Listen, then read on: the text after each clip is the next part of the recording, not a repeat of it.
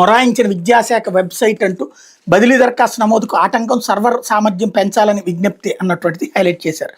ఇకపోతే ఆంధ్రజ్యోతి వచ్చేటప్పటికి Maoist chief encounter ఇక్కడ కూడా హైలైట్ చేశారు.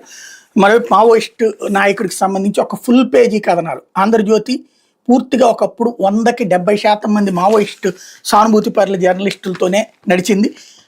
ఇప్పుడు వాళ్ళు సీనియర్లు అయి ఉంటారు. అందుకనినే పూర్తిగా ఏదో ఒక అన్యాయం జరిగిపోయింది అన్నట్టు ఈ దేశాన్ని లో గిరిజన ప్రాంతాలు అన్నటువంటిది సుదీర్ఘకాలం పాటు అభివృద్ధికి నోచుకోనియకుండా అక్కడ అభివృద్ధి జరిగితే అక్కడ పరిశ్రమలు వస్తే అక్కడ ఉన్నటువంటి యువతరం అద్భుతమైన స్థానాలకు వెళ్తే అక్కడున్న పిల్లలు చదువుకుని బాగుపడితే అక్కడికే అన్ని వైద్య సేవలు, అన్ని వసతి సేవలు అన్నీ వస్తే అక్కడ ఉన్నటువంటి వాళ్ళు నాశనం అయిపోతారు, అక్కడున్న సంస్కృతి నాశనం అయిపోతుందనే ఒక అబద్ధాన్ని వాళ్ళల్లోకి తీసుకెళ్ళి, ఒక అభద్రతాభావాన్ని వాళ్ళల్లోకి తీసుకెళ్ళి ఆ గిరిజన ప్రాంతాలలోకి ఎవరు రాకుండా ఉంటే వీళ్ళకి అది సేఫెస్ట్ ప్లేస్గా ఉండేలా దశాబ్దాల పాటు గిరిజన అభివృద్ధిని అడ్డుకున్నటువంటి మావోయిస్టులకి సంబంధించి అద్భుతమైన వీరుల కిందను చూపించేటటువంటి చరిత్ర ఇక్కడ నడుస్తోంది.